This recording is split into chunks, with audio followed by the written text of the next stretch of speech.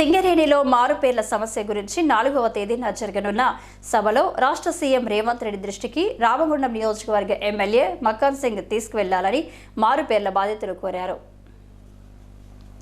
ఈ మేరకు సోమవారం గోదావరిఖని ప్రెస్ క్లబ్లో ఏర్పాటు చేసిన విలేకరుల సమావేశంలో వారు మాట్లాడుతూ సింగరేణి కార్మిక డిపెండెంట్గా వారు చేసిన తప్పు ఏమిటి అని, గతంలో 1985వ సంవత్సరంలో బొగ్గుబాయికి పనిచేయడానికి ఎవరూ కూడా ముందడుగు వేసేవారు కాదు అని, పనిచేస్తున్న కార్మికుడు బొగ్గుబాయిలోకి వెళ్తే వస్తాడో రాడో అన్న భయానికి వచ్చేవారు కాదు అని, అలాంటి రోజుల్లో యాజమాన్యానికి ఉత్పత్తి కొరకు కార్మికులకు దొంగ ఎంప్లాయ్మెంట్ కార్డ్స్ ఇచ్చి పని చేయించుకున్నారు అని, అలా ఆ పేరు మీద 35 సంవత్సరాలు పనిచేసిన కార్మికుడు కారుణ్య నియామకం కింద ఉద్యోగం పెట్టిస్తే ఇప్పుడు ఆ కార్మికుడి డిపెండెంట్ని నువ్వు దొంగ, నువ్వు కంపెనీ మోసం చేస్తున్నావని వారి అప్లికేషన్ని విజిలెన్స్ ఆధ్వర్యంలో ఉంచి ఉద్యోగం ఇవ్వకుండా ఇన్ని రోజులు పనిచేసిన కార్మికుడికి సింగరేణి పైసలు రాకుండా ఎన్నో రకాలుగా ఇవాళ సింగరేణి కార్మికులను ఇబ్బంది పెడుతుంది అన్నారు.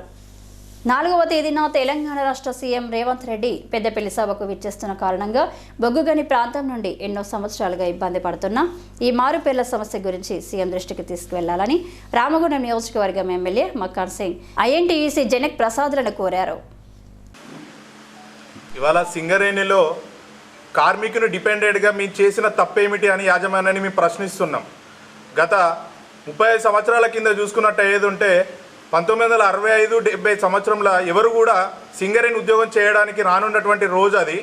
ఆ రోజుల్లో సింగరేణికి ఉత్పత్తి కావాలని ఎవరైతే ఏంది అని చెప్పేసి ఆ రోజు ఎవరైతే ఎక్కడ ఊర్లలోకి వెళ్ళి ఎవరైతే దొరికితే వాళ్ళకు ఫేక్ కావాలని వాళ్ళే దొంగ ఎంప్లాయ్మెంట్ కార్డు ఇచ్చి వాళ్ళను ఉద్యోగాలు చేయించుకున్నారు.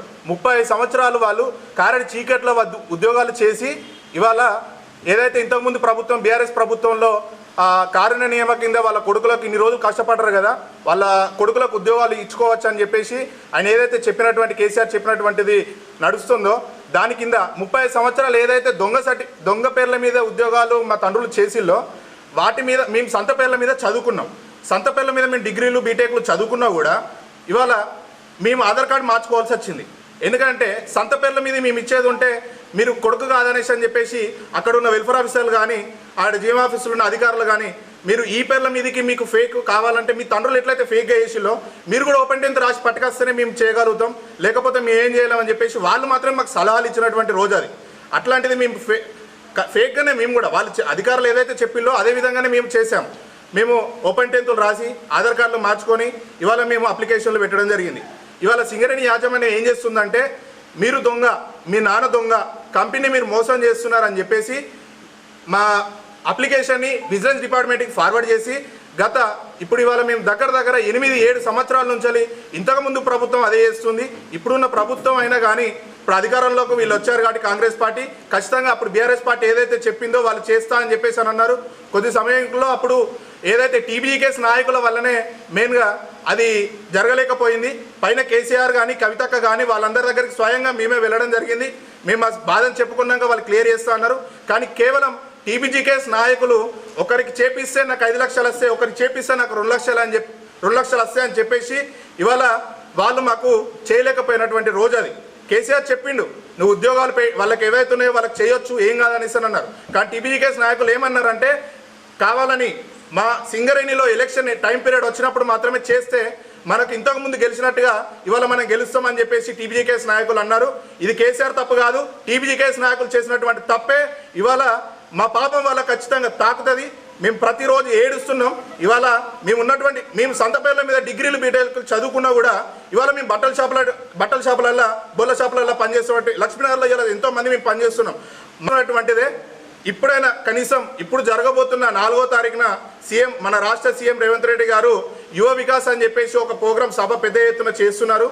సో దానికి యువ వికాస్ అంటేనే యువకులకు ఖచ్చితంగా వారి ఏమైనా బాధలు ఉన్నట్టు ఏదంటే తెలియజేసుకొని వాళ్ళకి ఉద్యోగాలు ఇచ్చే సభ. సో దయచేసి ఇక్కడ ఉన్న యూనియన్ లీడర్లు కానీ మేము ఏ విధంగా కూడా పొలిటికల్ కాదు, ఏ విధంగా కూడా వ్యతిరేకం కాదు. దీంట్లో కొన్ని యూనియన్లు ఏం చేస్తున్నాయంటే మీరు మమ్మల్ని బాగా ప్రశ్నిస్తున్నారు, మీరు మమ్మల్ని బాగా మాట్లాడుతున్నారు, మీకు ఉద్యోగాలు ఎట్లా వస్తాయని అనుకుంటున్నారని చెప్పేసి మమ్మల్ని భయాందోళనకు కూడా గురి చేస్తున్నారు. ఇవాళ మేము డైరెక్ట్గా చెప్తున్నాం, దేనికి భయపడేది లేదు. ఏ రోజైతే మేము ముందడుగు చేస్తున్నామో మేము ఆ రోజే మాకు ఉద్యోగాలు లేవన్నట్టు ఇలా మాకు ఏం గతి లేదు. సంత పేర్ల మీద మాకు ఇవాళ చదువుకున్నటువంటిదే ఇవాళ మాకు ఈ పేరు మీద బోల షాపులలో పనిచేస్తున్నారు. అంటే మమ్మల్ని ఇవాళ ఎక్కడికి పట్టుకొచ్చిళ్ళు. యాజమాన్యం ఏమో మా నాన్న 35 సంవత్సరాలు చేసిన పైసలు వాళ్ళు అక్కడ ఆపుకున్నారు. ఇవాళ రావాల్సిన ఉద్యోగం ఏమో మీరు ఆపుకుంటారు. ఇవాళ మా పరిస్థితి ఏంటిది? మాకు ఇవాళ చావే దిక్కన్నట్టుగా మేము ఇవాళ ఉండాల్సి వస్తుంది. ఖచ్చితంగా మేము చాలా ధైర్యంగా పోరాడతాం. ఇక ముందు కూడా చాలా విజృంభించాల్సి వస్తుంది. కేవలం మేము అడిగేది మీరు ఏదైతే దొంగ సర్టిఫికేట్ అని చెప్పేసి మాకు ఎంప్లాయ్మెంట్ కార్డు మా నాన్నలకు సృష్టించలో ఇవాళ అదే ఉద్యోగాలు మేము అడుగుతున్నాం. దీన్ని మీరు 1 టైం సెటిల్మెంట్ కింద ఇవ్వచ్చు. అది ఆల్రెడీ ఇంతకుముందు ప్రభుత్వంలో అనుకున్నదే. మీరు కూడా దాన్ని కొంచెం పరిశీలించి ఎవరైతే నిజంగా వాళ్ళ తండ్రి ఆయన కొడుకే అనేది ఉంటే వాళ్ళకు ఉద్యోగాలు ఇవ్వండి. ఒకవేళ దొంగలు ఎవరైనా ఉండేది ఉంటే వాళ్ళకి ఇవ్వకండి. ఖచ్చితంగా మీరు దీన్ని న్యాయం చేయాలనేసి మేము కోరుకుంటున్నాం. ఇంకా ఈ విలేకరుల సమావేశంలో లక్క శ్రావణ్ గౌడ్, తిరుమల శ్రీనివాస్, పర్తపల్లి హరీష్, పొన్న వెంకటేష్, బొమ్మక కార్తిక్, ఈర్ల రాజయ్య, బొద్దుల రంజిత్, జిల్లాల శ్రావణ్, ప్రదీప్ తదితరులు పాల్గొన్నారు.